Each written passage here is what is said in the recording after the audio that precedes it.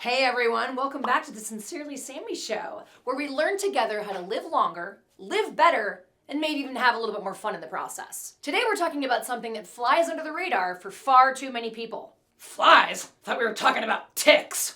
Lyme disease. It's misunderstood, frequently overlooked, and more common than most people realize.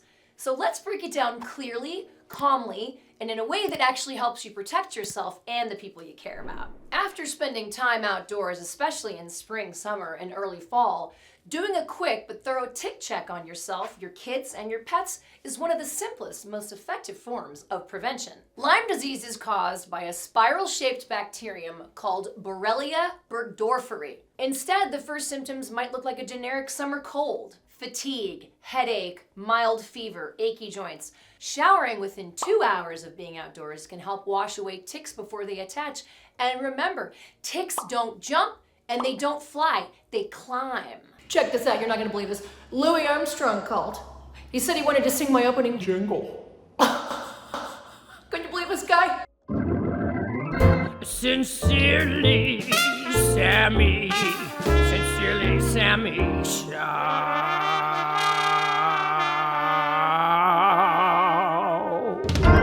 Let's start with the basics. Start spreading the news. I freaking love old blue eyes. Lyme disease is caused by a spiral-shaped bacterium called Borrelia burgdorferi. Like Bergdorf Goodman? Girl, I ain't got the coin to shop there yet. Yet.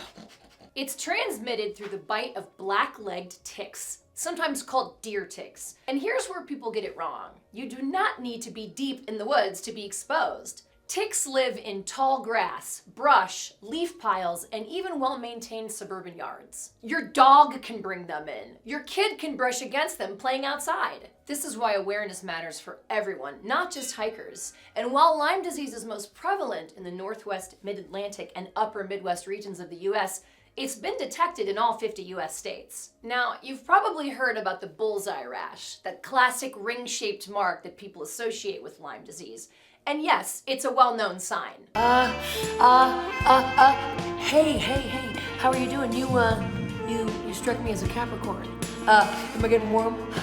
But here's the important nuance. Not everyone gets a bullseye rash. Some people get a rash that looks nothing like the pictures online. And some people don't see any rash at all. Instead, the first symptoms might look like a generic summer cold: fatigue, headache, mild fever, achy joints. Because those symptoms are so non-specific, early Lyme is often missed, and that's where the problems start. If untreated, Lyme can spread and become severe. People may develop intense joint pain, nerve issues, facial paralysis, heart arrhythmia, and overwhelming fatigue. The good news is that when caught early, Lyme usually responds very well to antibiotics. The bad news?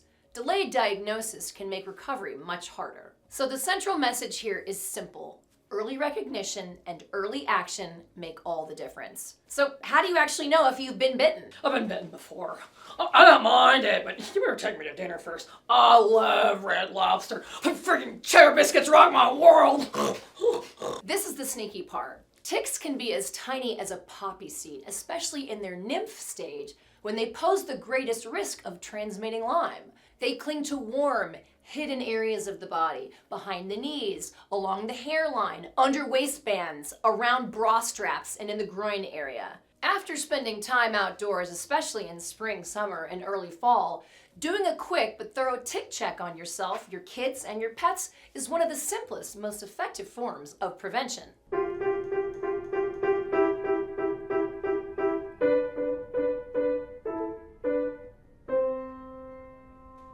Let's talk about testing, because this is an area filled with confusion. Lyme tests look for antibodies, your immune system's response, not the bacteria itself. But in the first few weeks after a bite, your body may not have produced enough antibodies yet. This means false negatives can happen early on. So healthcare providers often diagnose Lyme based on a combination of symptoms, exposure history, and labs, not labs alone. If something feels off, speak up. Advocating for yourself is not only okay, it's smart. I am so smart. I am so smart. SMRT. Smart, smart, smart. Now let's move into action. Prevention, the part you can control. Wear insect repellent. If you're in a higher risk area, consider clothing treated with permethrin. Keep your yard tidy, remove brush, clear leaf piles, and create barriers between wooded areas and play spaces. Showering within 2 hours of being outdoors can help wash away ticks before they attach. And remember, ticks don't jump and they don't fly, they climb. Staying in the center of trails reduces your exposure dramatically. God, you don't always have to be so dramatical. Sheesh. Before we wrap up, let's bust a big myth. Lyme disease is not contagious. You can't catch it from another person, from food, from casual contact, or from your pets. It requires a tick bite. That fact alone should make this feel less mysterious and more manageable. Here's the takeaway.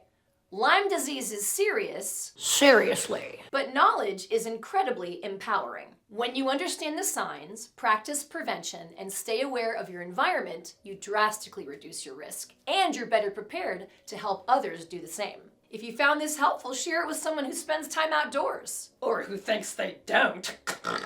Now for our song of the day.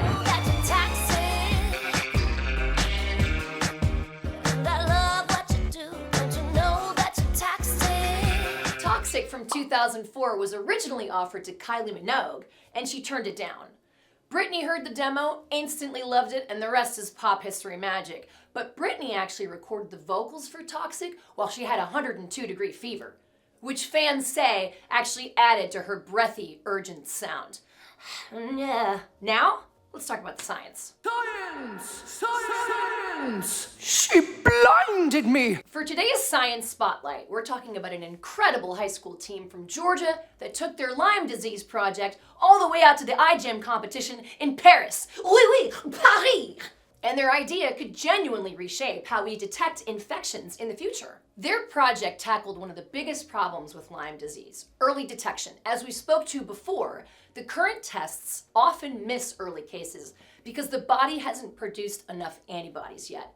So these students turned to synthetic biology to design a faster, more reliable approach. They engineered a biological system that can recognize Lyme, specifically molecules directly, meaning it doesn't have to wait on the immune system. Think of it as creating a tiny programmable sensor that lights up when it encounters the bacterium that causes Lyme. Faster detection means faster treatment, which dramatically improves outcomes. What makes this even more exciting is the broader potential. The same platform could be adapted for other infectious diseases, giving doctors on-the-spot answers instead of days-long delays. Brilliant work, brilliant future! And proof that the next generation of scientists isn't waiting around to solve big problems. But enough about that. I think it's time for some cat meow.